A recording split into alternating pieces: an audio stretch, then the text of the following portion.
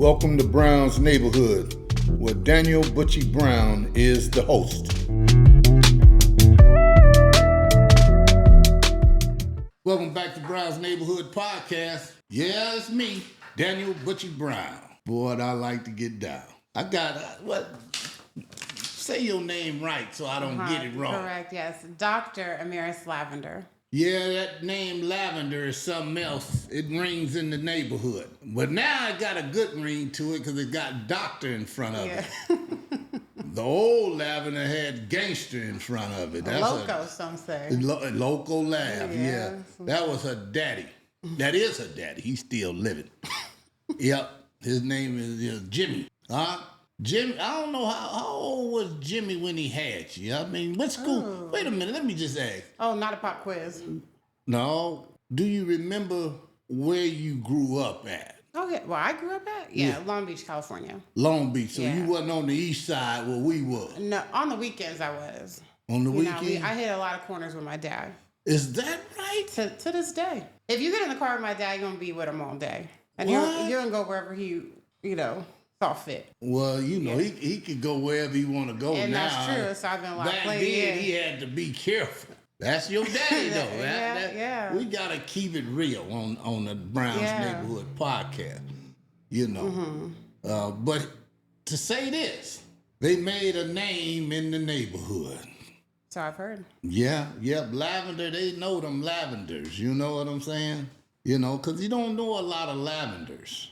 I don't know none but Jimmy. You know any more lavenders? No. That's what I'm saying. That's one of them. I think we're more than enough. Look, yeah, because it maybe back down there in the country, because they really from the country. Tuscaloosa. You are a product of the country. Absolutely, yeah. We just did a great migration or a family tour. So we went with my dad, we went to Tuscaloosa, went to the small town that my grandfather walked from to get us here. Well, first he went to Detroit and then he came to LA. Right? Yeah. Well, that's a blessing. That's a blessing. Somebody had to get us out of there. Yeah. Yeah. So you grew up in Long Beach? Yep. Went to elementary in Long Beach too? Born and raised. Born and raised in the LBC? Correct. What? Yes. Did you do good in elementary? Yeah, I did great. You did great? You never was bad? You got to think about it? That's not the same question. Did I do good or was I bad? It's not the same. Well. Do you ever remember being bad, and not like bad, but I got in trouble. You did? Yeah, my brother we got in trouble. Yeah. Yeah. Yeah. Because if you didn't get in no trouble, it wouldn't sit right. Then it'll be like, well, who is that? Yeah. They'll be like, she part of the Lavender family for real? Yeah. But I had a smart mouth. That's more of what got me in trouble. Is that right? Yeah. Wow. Yeah. But as you was growing up, you hit corners with your dad. Absolutely. What? Mm-hmm. You wasn't scared? You might have didn't know what trouble was then. What's actually really true is that I was never scared because of who my dad was. Is that right? Yeah, for sure. I always feel like, and I still kind of say that, like, you might get me, but, like, I expect the world to burn down after. Yeah, he was kind of bad. Yeah, right. He was kind of bad. Yeah, and I had to be kind of careful because back, he's getting older now. He's more calm, but... when I was younger, I had a temper on him. So it's did? Yeah, so you never wanted to, like, have something escalate to that territory because then it's going to be a bigger situation. So he did have a temper. Do you have a temper? You knew him, right? I still got to ask this question. Okay. I was like, yeah, he was still the same person. Because I got to get it from you. Right, yeah. I was raised by Jimmy Lavender, correct. Do you have a temper? Absolutely. You do? Yes, but I worked on it. Wow. Yeah. So when did you realize you had a temper? I've always had a temper. Even in school? Yeah. Everybody has a temper. My whole family has a temper. 0 to 100. Am I talking too much? No, you pay attention over here. You acting like you got named Petey in them. They want to look over there at the crowd. You got me positioned in the right thing, too. I can't read the crowd or nothing. You said eyes on, We got an audience here for. We got a doctor in the house. You said don't even look over there. Look here. They're going to be like a doctor from Jimmy Lavender? Yeah, PhD, a real one. A real one? Yeah. Well, he talks real good, though. Yeah. And like gangs is community organizing. Like I think what's unique is I was raised with the history of gangs, not just like what they became, but how and why they were started. So I think that consciousness is in me, like protection and like warrior bloodline. Like that's how I think about it. Wow. Like you were not safe. All right, we got us. Like you're not going to come over here and mess things up. So now people see me and I'm in North Carolina or Michigan. They call me brave, but it just doesn't occur to me that like you would come into mine and hurt people that are by me. Right. And Anyway. Do you remember your uncle, Bobby? No, I never met him. You never met Bobby? Mm-mm. Well, maybe you got. Well, I guess I do. The more I learn about him, the more I'm like, I think he's like right here. I guess it's in the bloodline. In the bloodline. Because he was more of a really well-spoken, one of the people that they really looked up to. Like you say, one of them was loco and one of them was, the civilized guy. Yeah, right. You always need that thing. Yeah. Beside, It's kind of a trip. It's a trip.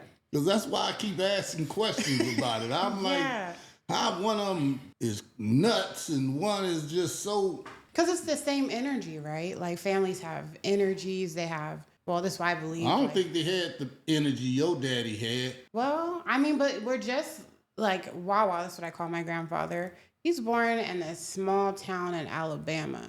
He's like, I don't know what's going on here, but I heard I can get on this train and get out of here. And he does that. Like, you're brave. He goes to Detroit. He's like, not exactly it. Leaves again. Goes to California, settles a family. Like, that is a lot of things. Yes, it is. In the time in which he did it, and then he raised kids in this new world. And so I think about my dad and my uncle as the first generation of that iteration of Black people born outside of the South. And so there's a lot of Southern sensibilities in that. Like there's the civil rights movement. You have people doing counter sit-ins back then. Like people were just like more rah than we think about now. So when you was going to school in Long Beach, did you discover that you had a little something that the other kids didn't have? Because sometimes when people are a little smarter, they kind of set apart. Uh-huh. Were you in some of them kind of academically enriched or... Yeah. With them you said where I was. Did they track you? Yes, they did. But what was interesting? So my mom did the thing in Long Beach where they call it stealing education now, but we lived on the edge of a high class neighborhood to go to a better school. So y'all lived on the cuff. We lived on the cuff so that we can go to the better schools, which you was in not the better neighborhood. But it was a better neighborhood. But then you're the poor kid. So I felt set apart for a lot of reasons, is what I'm saying. Why? And then you don't exactly want to tell. What are some of them reasons? Well, we were the poor kid. We were the poor Black kids in this neighborhood. Like there were most of the kids that I went to school with. Their parents were married or whomever, right? We were living in the apartments. Gasp. So I couldn't really, in that world, I didn't want to talk too much about what else would make me different. So that wasn't really something that could enter the conversation, but they knew I was smart. And then I think we would go to church on the east side of Long Beach. And then that's like all Crips and stuff. So I'm really not really trying. That's not really the thing to be bringing up there either. Right? So even though you grew up, and these people come from 2-parent homes and was living in a little better neighborhood, you was able to keep up educational. Oh, yeah. I was kind of expected that I would, though. Why would you expecting that? Just my parents. Just like, that's just how maybe just like similar to, like people just realized they were talking to a smart kid. Now, what's also true is like I had a speech impediment. I couldn't say my R's. I was confused about my left and my right. My shoes were on the wrong foot and I fell all the time. I think that is part of why I went into education was like, there are so many things that someone, if in a different school, could have said. Hold on a minute. Okay. You put the shoe on the wrong side. I didn't understand the difference of the shoe. And how old were you then? It was a long time. It took me a while. But I needed it to logically be explained to me, kind of. My uncle taught me. My mom's brother taught me. Explain those difficulties. I mean, listen, I'm about to feel bullied. No. We know you got temper, so I got to say it real. Yeah, what was confusing about it? Check it out. Well, can you explain those difficulties? Yeah, I'm happy to talk about it because no, you can explain it because I think so many people. I want you to say them again. Deny their kids. Okay, I couldn't say my R's until I was about in the 5th grade. So my name is Amieris Lavender. That did not used to sound like that. Off record, I'll tell you how I used to say it. No, I'll put it on the record. Amieris Lavender. But how did you used to say That's how I said Amieris Lavender. Whoa. I mean, my name's toe up, like R in every one of them. But I couldn't say it. And then I had a hard time believing that anyway, that was the whole thing. So I was in speech until about the 5th grade, pulled out of class. I inverted my B's and D's, which a lot of kids do. So, but B, I remember they had to put the word bed at the top of my desk because that was just confusing me. And my shoes were on the wrong foot because I said, well, if it doesn't matter which foot the sock's on, I couldn't understand why it mattered which foot the shoe was on. Boy, you should have went through all kind of hell. They should have been talking about you. But they couldn't. You're right. Why? Because they thought you were going to... Well, because I had an older brother, and he was the loco side of things. And people thought it was cute up to a point, and they could tell that I was smart. So people were curious about it. And I think that does matter where your kids go to school. Because in another environment, someone could have wrote me off. I talked a lot in class. I couldn't maybe see, you know what I mean? Like someone could have just said, this girl's bad. And, If you would have grown up at Russell, you would have been I would have had a different life. Exactly. I don't want to say I went to Russell. I don't want to say that. Golly. No, it's true, though. You know what? But what you're saying is so true. It's true. And I knew this as a kid. Because then because I'm going to East Long Beach, because I'm going to watch with my dad on the weekends, I'm talking to my cousins, I'm talking to other kids I'm meeting. So what's the name of the school you went to? That I went to? I went to Longfellow Elementary. What? It's called Longfellow Elementary. Longfellow? Across the street is Hughes. And then I went to high school at Long Beach Poly. Home of the Scholars and Champions. Yeah, Poly do put out some good products, you know what I'm saying? Evidently, I guess not only sports-wise, but educationally Scholars and Champions. That's a school. I mean, sit in the middle of the quote unquote hood, right? But like there's good education there. So like, I feel like there's so many kids in environments that I was homeless in high school. You know what I mean? I was bouncing around. Is that right? Wait, let's talk about. Don't just run off. I just dropped that off word, yeah. What? Now, wait a minute now. You having the challenges in elementary. Mm-hmm. You get to junior high school. I made it to that. I feel like people kind of lost the plot by the time I was in 8th grade. And, things were getting more expensive. We were on the edge of the neighborhood. Like, we just stopped being able to afford it. And we just moved around so much, bouncing around from house to house to house. At some point, I did actually end up in Watts with my dad for not too long. But then I was taking like so many trains from Long Beach Poly to down here, getting off at, what station was that, Dad? The blue line all the way up, walk through the park. So you came and lived in the hood for a minute? I did. And you know what? They couldn't find me. That's how I ended up back at my grandma's house. I was having the time of my life. They couldn't find you? Right, because, back in the day, that was when cell phones just came out. Right. And you didn't have minutes or something. Right. But I was like this kid. I'm in high school. There's a lot going on. It's taking me a long time to get home. I get to say Dr. Lavender. Yeah. Dr. Lavender. Dr. Lavender. Check this out. Yeah. You was homeless. I was. Yeah, I was. How in the world you homeless and you can go and live with your dad?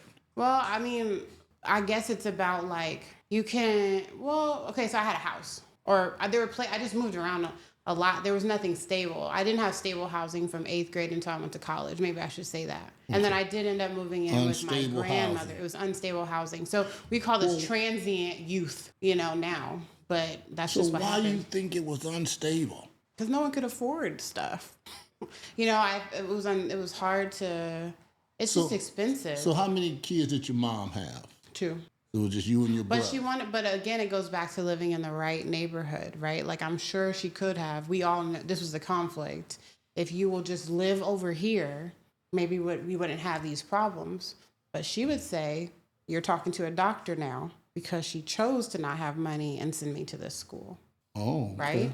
That was the narrative, and I can't say she's wrong because you're. Wow. But there was a lot of conflict in our family around So she was making sure you was getting the right education. Absolutely. And so part of the moving me, even from when I was over here, the conversation was she's so close. So she's almost out. So would you say mom made a lot of sacrifices for you? She made good choices. She made some choices. I mean, she made choices. I think she made, it's hard to say sacrifices, but she made some choices that worked out, or choices I was able to benefit off of, or I'm grateful for. Okay, so let me ask this question. Where you was living, all of those kids didn't go to school where you went. They went to the other school where they might have, should have went.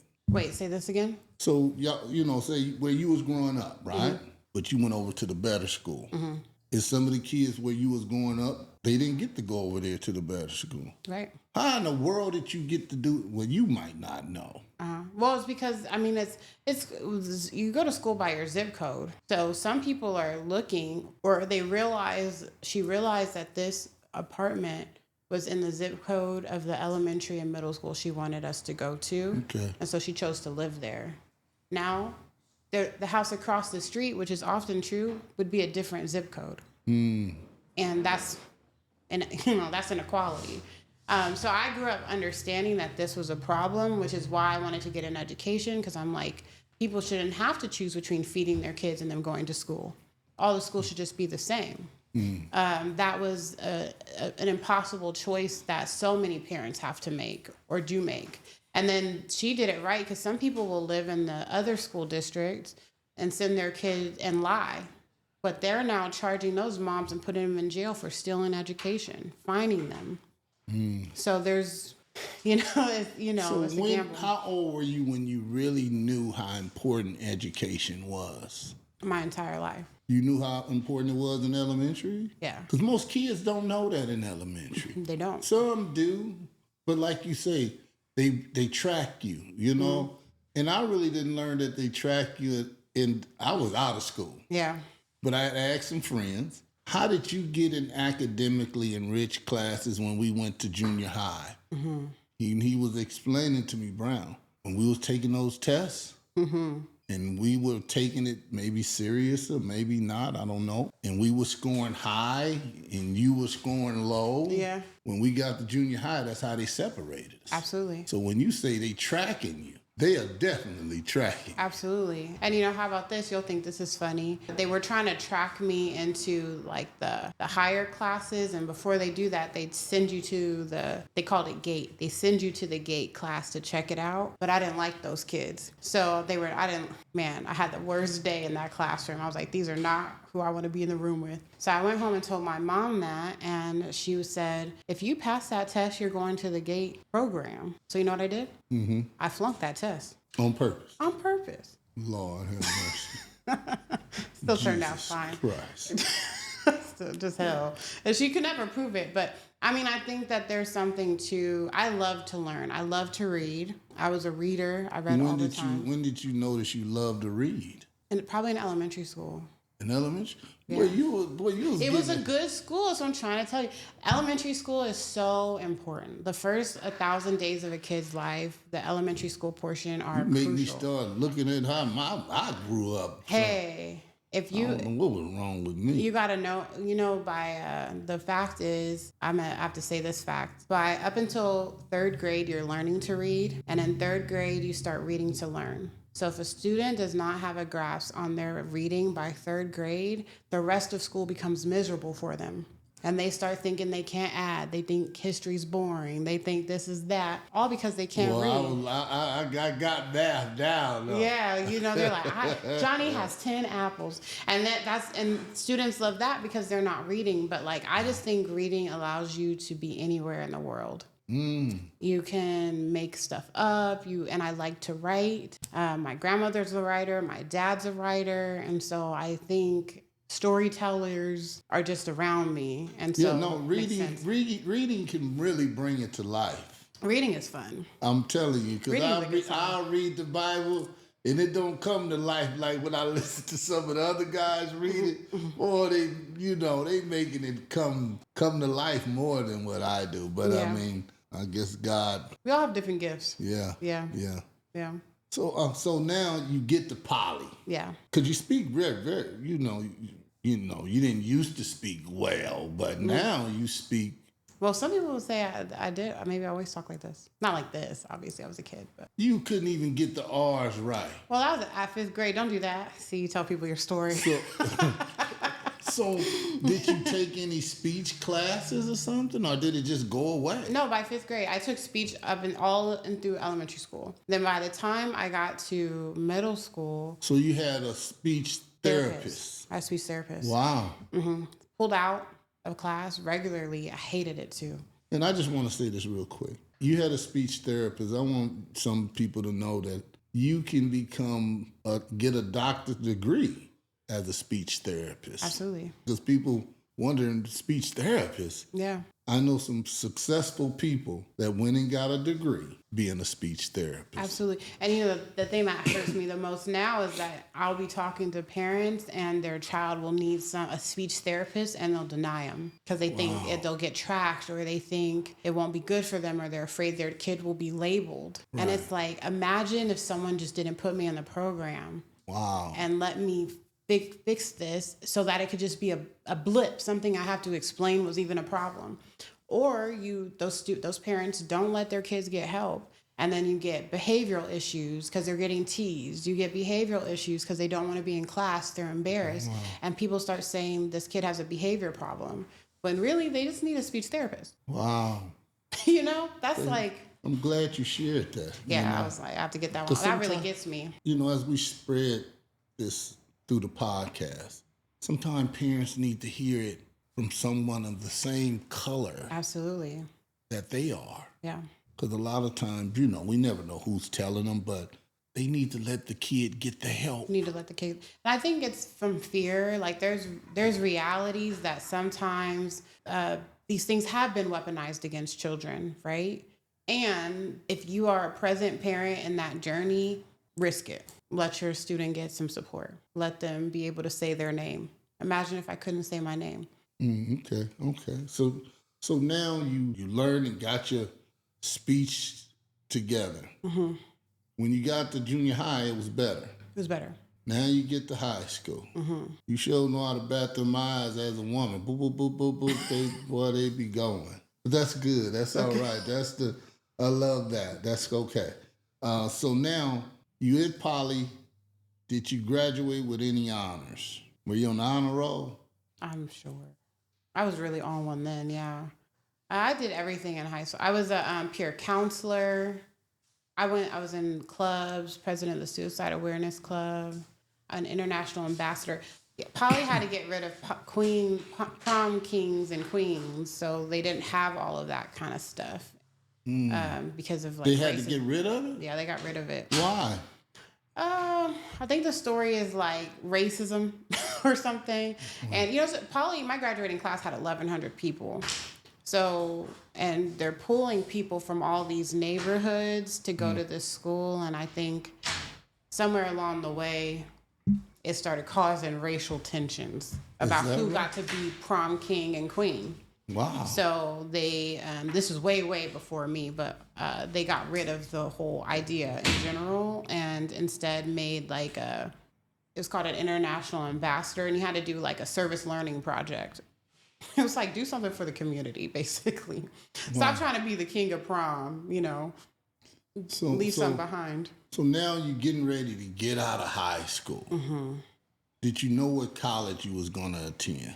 No, and that was the whole thing too. So I didn't. And so in the middle of this, I'm telling you, in high school, I'm jumping around. I'm moving a lot of places. Wow. Like this happened to my friends too. Like my best friend, we would just be like taking the bus, splitting $1, getting a spicy chicken, and yeah, that was a lot going on with everybody I knew. But do you remember what your grade point average was? Probably like a 3-something, but I didn't have any help applying to college. So I wanted to get the heck out of here. So I was trying to leave the state and it didn't work. And luckily this girl... What made you want to leave California? I was trying to get away from my family. What? I was trying to get away from my family. Is that right? Absolutely. Why? Sometimes you are not like the people raising you. and the way they're trying to raise you. Like, it's easy to like these things in me now, but this is disrespectful from your 16-year-old daughter. You know, like, I think there are parts of me that scared my mom. Like what? Like my freedom, my free speech. Like, I think that when people have outspoken, free-spirited children, a lot of times when they're Black, you want to tell them the world's not safe for you. Like, you have to do it this way, or you're a woman, you have to behave this way.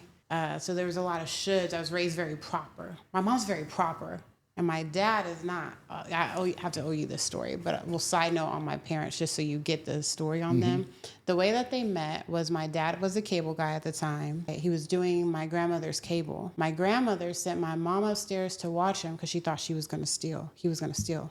And then that's how he met my mom. Then next thing you know, he walked out with her and had 2 kids. What? That's how my parents met. So I'm from two different types of Blackness. You sure are. And she's from Detroit, so she was born and raised in Detroit. So the cable man came. That's the cable man. He was like, the cable man came and had 2 kids. He was like, I won't steal your stuff, I steal your daughter. Wow. Yeah, so that's my family. That's a lot of energies, I'm in a lot of energies. I'm a lot of people telling me how the world works. I'm so glad that you shared that. Yeah. But Jimmy ain't said none of that. No, that's when you said, how did your parents meet? I said, that's funny. Wow.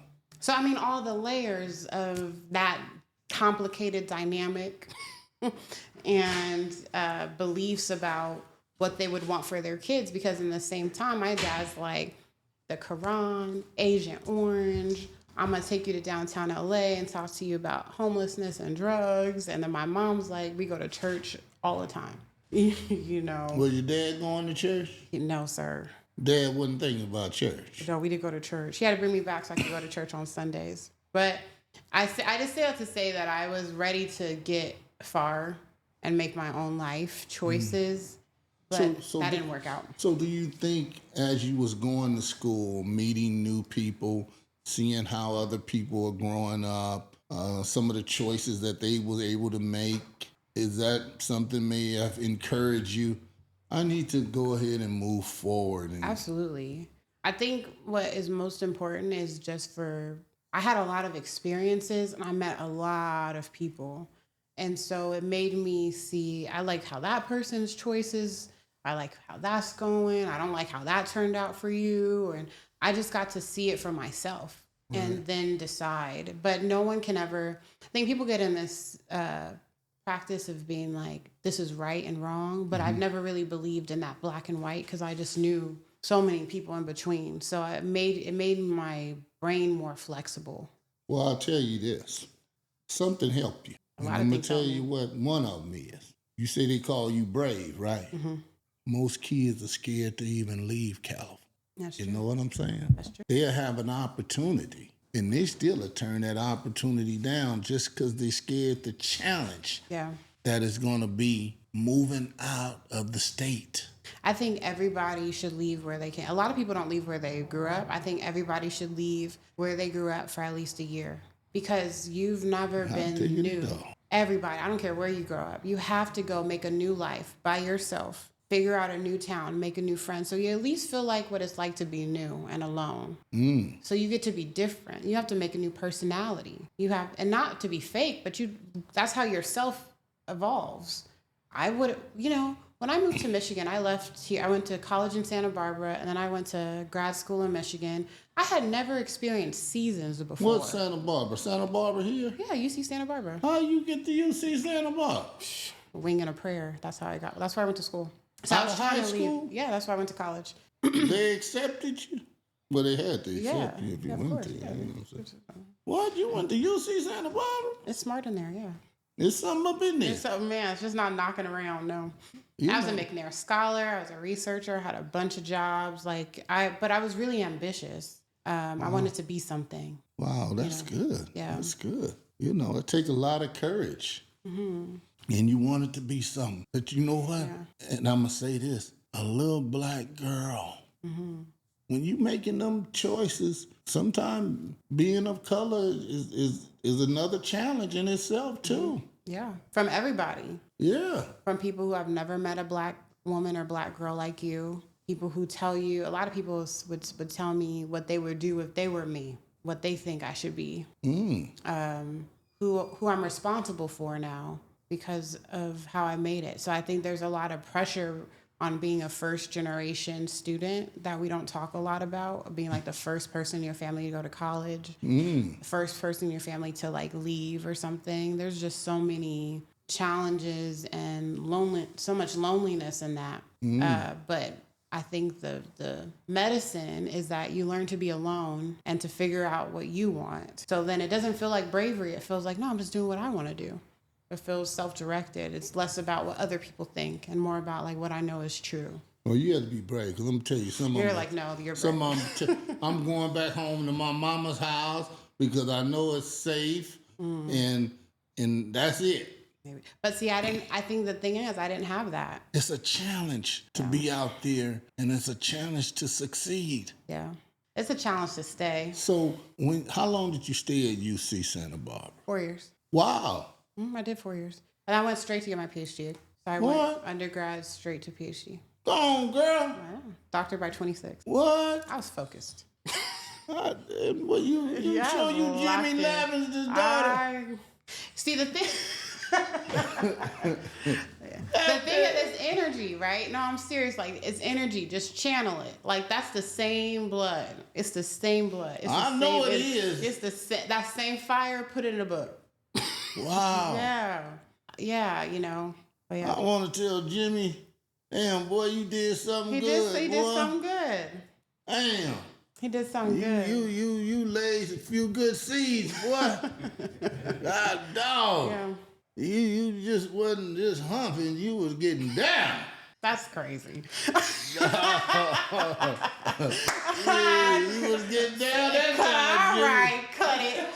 Look at that's the podcast. Yeah, that's the podcast. And this is part of the Brown neighborhood. Okay. And Jimmy come out of the neighborhood. Yeah, right. See, so we gotta give Jimmy some props. Yeah, give him some props. You know what I'm saying? Yeah.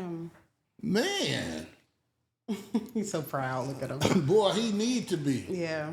He really do needs to be proud, because I'll tell you, a parent loves to see their child succeed at something. Yeah. And it ain't easy for a woman.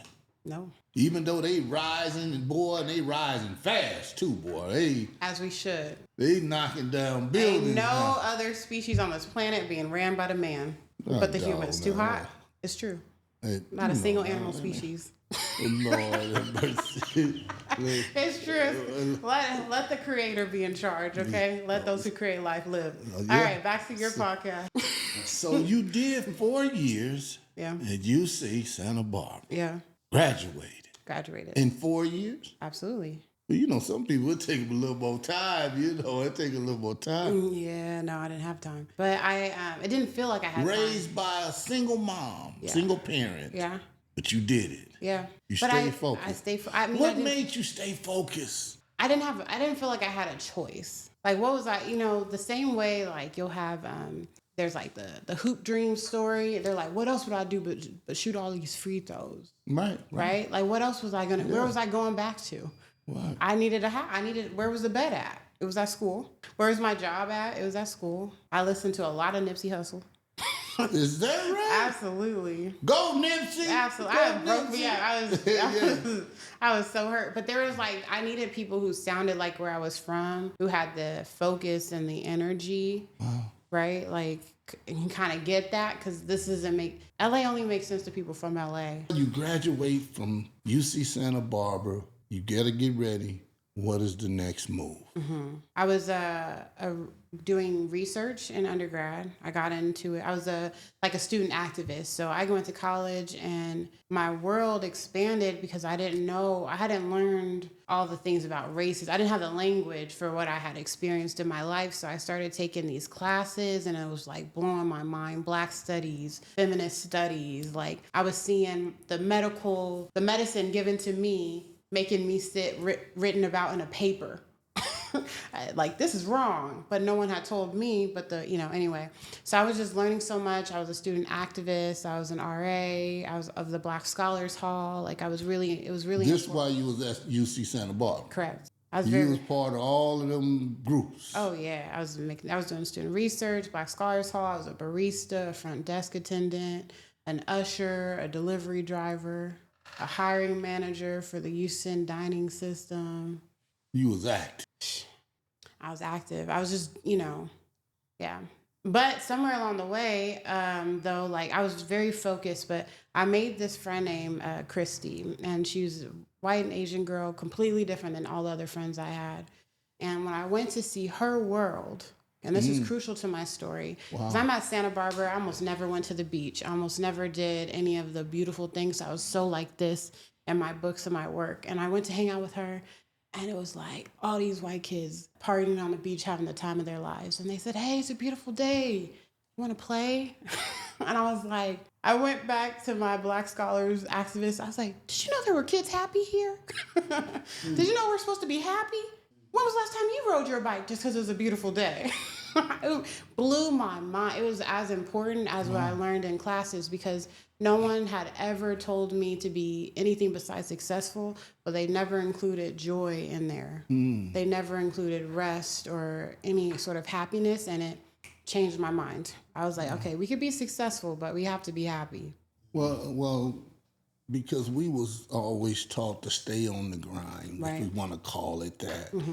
You got to stay focused because it's harder for you. You know them, they're more accepted in everything, and we wasn't used to let's just go and have fun. Yeah.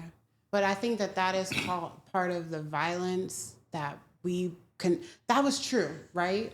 But in future generations, we have to let that go, because there's power in joy, specifically power in Black people having joy. That's what has always sustained us in our movements.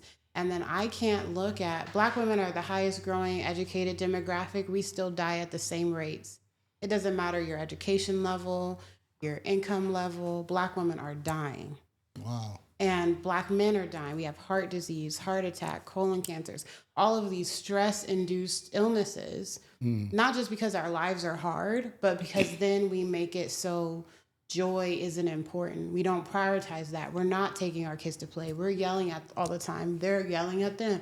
Like, we're just like taking all the what makes us human out of our experiences. And neighborhoods are changing, and you can't play outside, and you can't ride your bike, and it's not safe to go to the park. So I think that it has been one of the most important parts of my journey for me to realize that it's love, joy, liberation.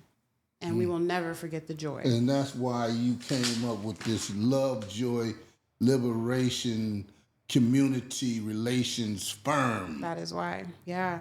I did it right. I did what everyone said. I got the doctorate, I made it through, I worked nonprofits and been in charge, but, ultimately nothing that we do in an office building will work if the community is not safe. If you're coming to work, but you pass 3 gang neighborhoods, you can't leave stuff in your car because you think people might steal from you, the kids can't come into the school, I work in schools. What are we talking about? The kids can't eat. They can't even get to the teaching because the kids are coming in hungry. Wow. You got to have clothes in the office because the kids don't have clothes. We got coat drives going on. How can I teach you yet? So we have to be able to figure out how to provide these resources in community. They could be at the schools too, but people just need to be good in their own lives. People want to take care of their families for the most part. Right. So we need to facilitate that being possible. We need to facilitate joy in people's lives in order for us to get to freedom, true freedom. Dr. Lavender. Yeah. You had to get out of California. Where was the next place you went when you left California? Lansing, Michigan. Why Michigan? Because Michigan State is there. And someone just told me. So many parts of my story is just one person just walked up and said, hey, I think you should do this. And I listened. Wow. I can tell you the UC Santa Barbara, Dominique was like, you should apply to the UC schools. I didn't even want to. The website was crashing, but I had promised, so I did it. and I went to that school. I didn't want to be a McNair scholar. I didn't want to be the Black Scholars Hall RA. Just someone told me to do it, and they were crucial yeses. And someone said, go to Michigan. Yeah, he was like, why don't you just apply to Michigan, see if you go there? And I got a fully funded PhD. So I said, okay. How in the world did that happen? Fully funded. Fully funded. Paid me to go to school. Not a lot, but they paid me to go to school. Is that right? Correct. Yeah. And you did it. And I did. So what am I gonna do? No, no. I went. I went and got my silly little PhD, and I learned so much that I didn't know about the world. Like I say, I didn't even know. Did you it starts snowing in October? What? And that's where you got your doctorate. That's where I got my doctorate at Lansing, Michigan. Learned Big Ten football. How to learn how to drink. So you was at Michigan or Michigan State? Michigan State. Go green. So what, girl? Go green. Yeah, yeah. Oh, okay, no. Believe me, wrong set. It's serious down there. It is serious. No, I learned football talk that's why it's so important to leave, right? I can live in California and know nothing about football. You can't really live in Michigan and not care about Big Ten football. Yeah, that's true. You can't. Yeah, that is. What is March Madness? I remember it was like the middle of March. I was somewhere and someone asked me about my bracket. I said, "What bracket?" And I almost got kicked out the place. Like, yeah, no, hey. It's not. They were like, "Who is this girl?" Yeah. That's not, so there's different. I had to learn how to drink beer. I'm wondering who won. See, don't ask me. No. I don't know. Who won this? The college NC. Michigan. The other one. No. Okay. Yeah, but they're still Big Blue. Yeah. Yeah, I see. I mean, no, but they still there. Michigan is Michigan. Yeah, no, for sure. And I used to go to games there, and people would be like, "How could you go to a game in the stadium?" I'm like, "It's a nice stadium." Wow. I don't care about these. Wow. Yeah. You went with Magic Johnson. Correct. I went to where Magic Johnson went. Yeah, so you graduated from there. Yeah, 2019. Wow. Girl, you go. I'm telling you. And after you got through with Michigan, how long did you stay there? I lived there 6 years in total. I did my PhD was 5 years, and then I stayed an extra year. I was going to do a gap year after I graduated. You'll love this. I get a PhD. I finish. Everyone's like, "Are you going to get a job?" And I said, "No." You know what I've always wanted to do? What's that? Work at a grocery store. So I went and got a job at Whole Foods. And that's how everybody was looking at me. And everybody said, "She's ill." That's what she wanted. That's what I was like. I need a break. I've been focused. I'm 26. I'm like, can't I get on a plane and go somewhere? And so I got a job at Whole Foods, and I wanted to travel. I hadn't rode a plane till I was in college, so I had just started to get a travel bug. I went on a study abroad trip, and I was like, I got to get out the country, But in the middle of that, the pandemic happened, so I ended up being an essential worker. That was not during the pandemic at Whole Foods in Ann Arbor, Michigan, and that was not fun. It was kind of funny for a second, but the things that people were trying to buy at the start of the pandemic was just so crazy. Crazy. They just went and bought everything off the shelves. As a person with firsthand experience, everybody was being very crazy. And y'all didn't need to be yelling at the grocery store workers like that. And no, I don't know where the mascarpone cheese is. So what in the world made you go to North Carolina? Well, I had of all the other places you could have chose to go. Yeah. You went all the way to the other side of the world. Yeah. Well, I'm on a tour of the United States, I say. I needed to get to the South. I talked a lot of mess about Appalachia, so I think that's kind of how I got there. You talk too much about something, it'll happen to you. But the actual story is I didn't want to do it. I was tired of winter in Michigan. My birthday's in August, and the real story goes, my friends lived on a lake. My birthday's in August, by whatever, the end of August, Memorial Day, Labor Day, doesn't matter. Anyway, so we're on the boat. This is a tradition. They live on a lake, and we're like hanging out, and I was on the back of there going, man, it's probably the last nice day of the year. All downhill from here. Wow. Winter's coming. August 29th. I said, you don't want to live here anymore. We can't start dreading winter in August. That's not, you're done. Mm-hmm. So my friend's wife asked me, he had moved down there to be a professor. I met his wife was like, wouldn't it be kind of nice if you lived here? We could all live and hang out. And I saw a job in the town where they're at, Asheville, North Carolina, and I went down there. They left within a year. I think I got sent to Asheville, is what I'm trying to say. I've never really, I told you it's just one person. One person says something. I didn't really know her well at the time. She said, wouldn't it be nice if you lived here? At this point, I understand what my calls look like when I'm getting told to do something. You gone? And I go because I like to learn my lessons easy. I don't like to get told repeatedly because that's when the universe gets too loud. So what happened after you get there and then a year later? They leave. They leave. Yeah. Well, I get there. I have this job. It's everything I wanted. I'm the chief program officer of the YW, the YWCA, eliminating racism, empowering women, promoting peace, justice, freedom, and dignity for all.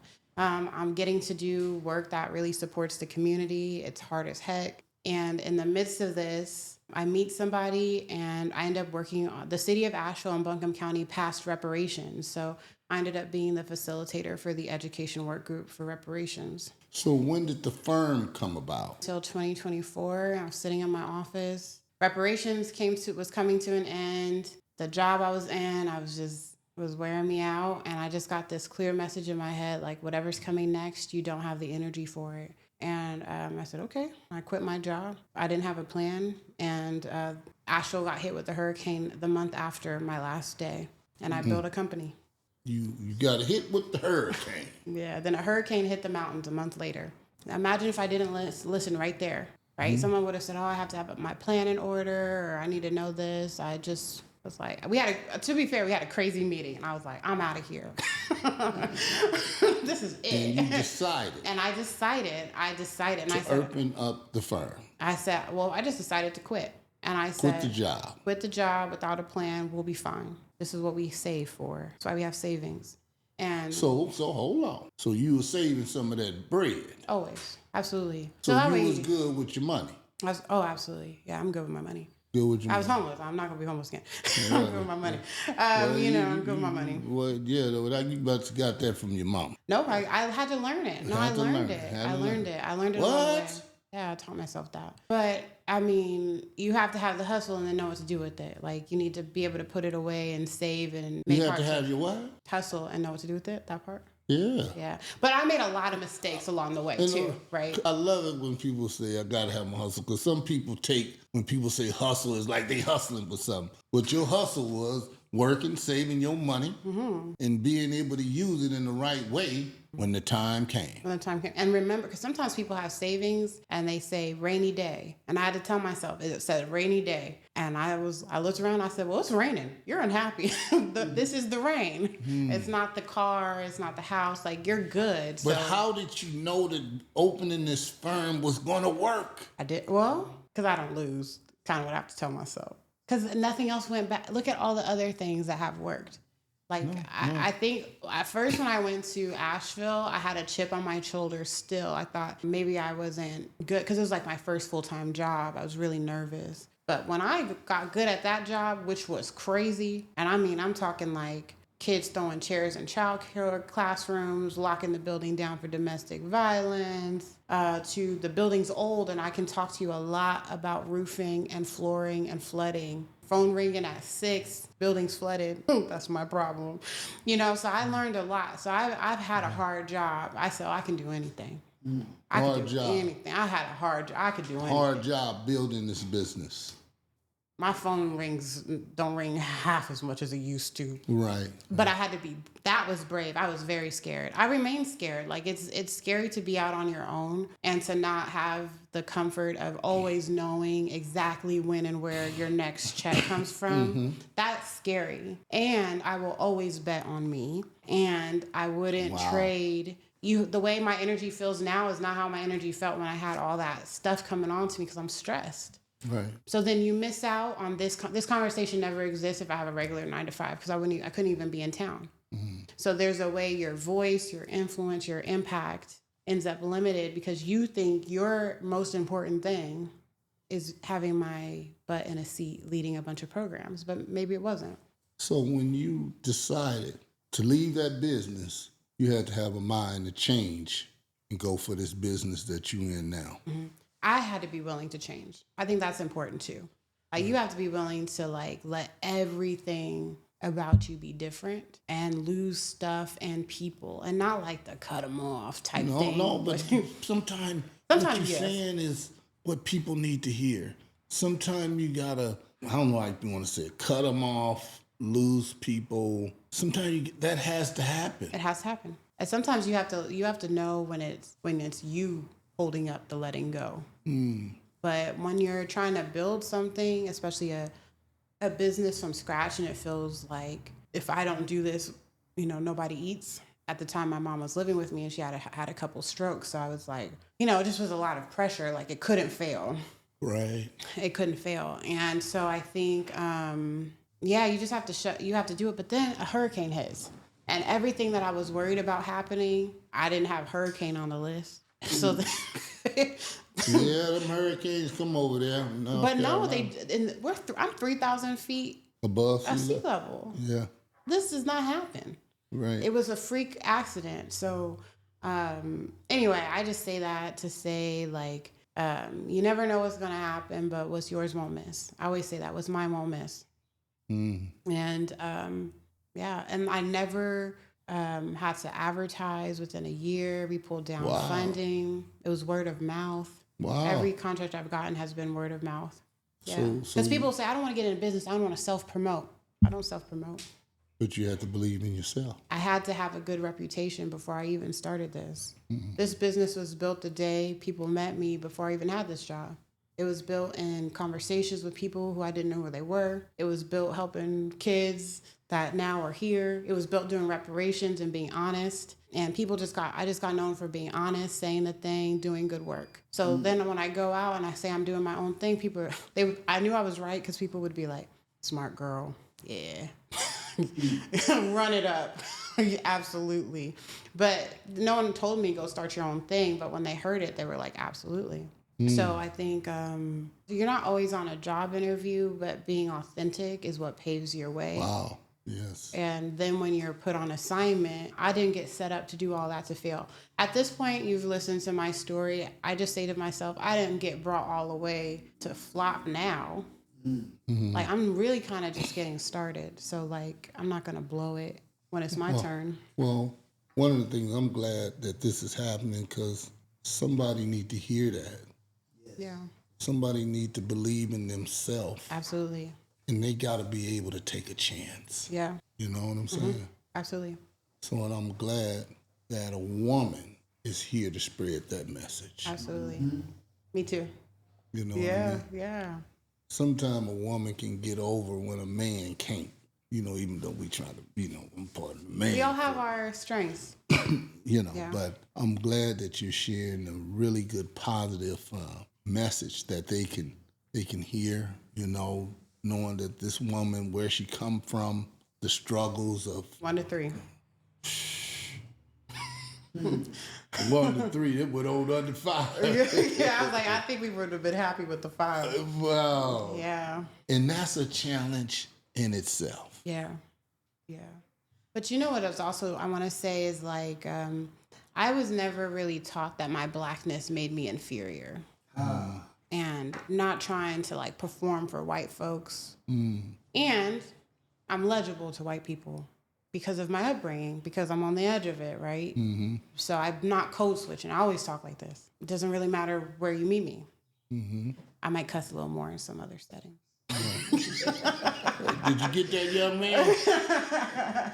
I could light him up if I wanted to, but figuring out how to be yourself wherever you're at. And it's so powerful. And I want to say, I grew up in California here. They were teasing me because I was dark skinned. Okay. I was getting called all sorts of things for being dark skinned in California. And because I was in the sun a lot, I was much darker than I was now. So it gave me a complex. Like it wasn't without its things. But North Carolina, you ain't getting that. No, but no, there's this, everybody likes dark skinned black girls now. I always think about that so much all the time. Like, Now it's like, oh, queen. I had a lady come up to me once and like go like, wow, can I have some of your melanin? And just like the little girl in me just couldn't believe that. I was like, you want to be darker? Wow. I could have killed myself about. I mean, I was depressed about that. It was very hard. Wow. I could have lost my life about that when I was in middle school. All for this lady to walk up and be like, man, can I please have some? Man, I'll never get over that. Wow. I'll never get over that.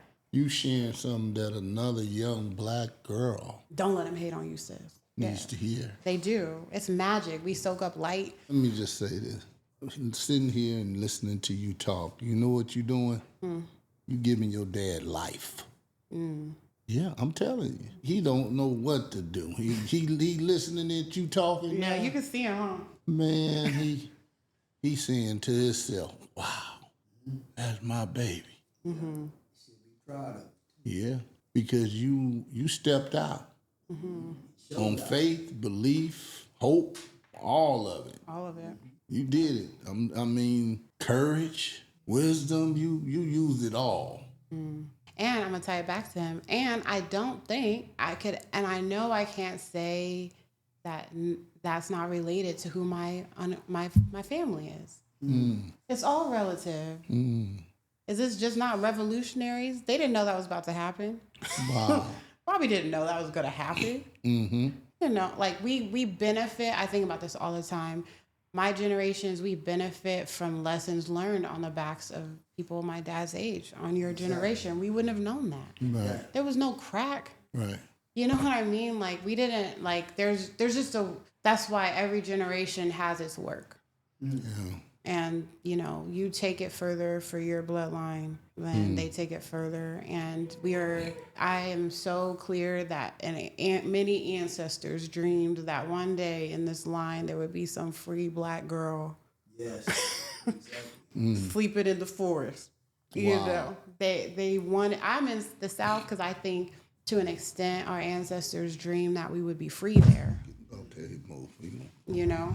Yeah. And I think it's important to, at least if you have connections to your Southern roots, to go back to where you're from. That was very important for me. Wow. As a Californian, very important for me to get it. Wow. And as someone who has moved around the country, and I know that that's hard, that was harder then. That was scarier then. None of us black people live in California because somebody was scary. Like nobody, somebody had to be so brave in your family for us to be born here. They said, you know what's less scary than Jim Crow South?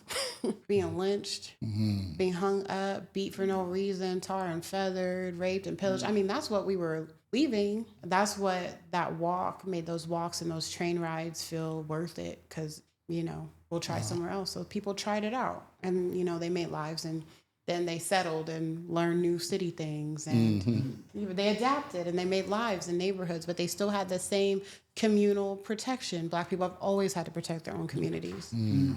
They didn't have white folks coming in flooding drugs into them when they did that. Right. Right. But in the same way they burned down Tulsa is they dropped guns in LA. It's not different. So, but then we turn around and look at the black folks and say, you guys are degenerate, depraved, something's wrong with you. But I call it a psyop. It's just, we have to remember that America is an experiment. Yes. And it has always been an experiment and they remain experimenting on us, mostly by what they put in our minds to think about ourselves. Right. And if I can make a whole people that is so powerful that, I mean, black people at this point, you're descendants. Now you'll see where I'm going. I'm about to go. You survived a boat ride, the transatlantic slave trade, millions of people just died in the water. You got here. Then you lived on this land just like cruelty. Your ancestors lived through that. Moved all around, divided families. Then somebody said, all right, cool, they finally let us alone. Let me go walk, drive, figure out where they'll let me go. Let me make green books so that we can figure out how to have paths to get to new places. And then you settled here, and then, you know, I find out my grandfather was in a band, and he landed dancing, singing, artist, Sly and the Family Stone. He's the first black person born free, and his iteration, we get rock. Like, wow. They were destroying power. Like, that was what was Black Panther. They were destroying collectivism of black people. Wow. And, you know, the rest is history or whatever. Yeah, yeah. Well, I'll tell you what. Boy, Jimmy, you better pick it up, man. Jimmy? Boy, next time you get on this podcast, you better have something to say. I'll tell you. Set the bar up, bitch. They just set the bar so That's high. what I do. Okay, I'll say, just top that. Yeah. I'll be like, Jimmy, what you get? Bring it back. I'll be like, Jimmy, go back down there and tell her to come back down there to That's California. right. I brought her into existence. I'm ready. That's right. it. There we That's go. right. There we go. You did it, Jimmy. You did it that time, buddy. Yeah. I did that time. Yeah. Didn't see, buddy. Yeah. I want to tell you thank you Thank you. for coming on this podcast, because this podcast is definitely Jesus made this happen. You ain't lying. You know what I mean? And people are enjoying hearing people's story of life, Yeah. of where they start and where they are, because it ain't finished. It's not finished. That's for sure. Yeah. You're not finished, young lady. Not at all. I'm proud of it through her daddy. I never met him. I'm proud of it. Yeah. Thank you. I'm happy to be here. Thanks for having me. Man, I'm proud, and you setting great examples Yes. Keep it up. to believe in yourself. That's what you said. You said I bet it on myself. Mm-hmm. You know what I'm saying? Some athletes do it when they don't take that what they gonna give them. They say I'm gonna bet on myself. Yeah. Yeah.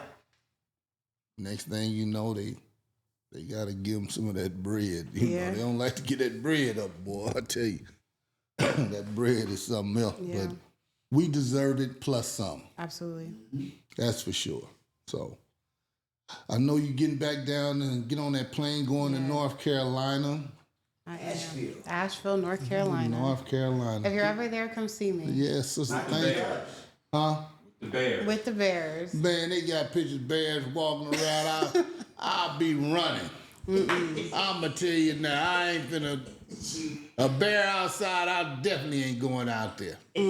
I wouldn't care if he was yellow, brown, black. They talk about the black bears ain't gonna bother you. Like, you see what I'm saying? The black bear's not going to bother you. That's true. Facts. That bear get up on 2 feet and I'm gone. They gonna say, bro, you still got a little step in you. Yeah. That bear put it in me. That's so funny. Yeah, so I want to say thank you so much. You. And Jimmy, thank you for Thank you. letting her come on the Brown Neighborhood podcast. And she pretty and smart. Yeah, man. Keep that in there. It's good to see. It's good to see sisters, Yes. black women pressing forward, pressing forward and setting their mark. That's a beautiful thing. So Thank you all. I want to say thank Thank you. you. Thank you. And as I always say, God, thank you for the podcast. Thank you for the It's a pod. blessing. Yeah, I mean, I ain't maybe the best host, but I'm good enough for the Lord to have me on the podcast. So God, again, thank you. And I want to say God bless until next time.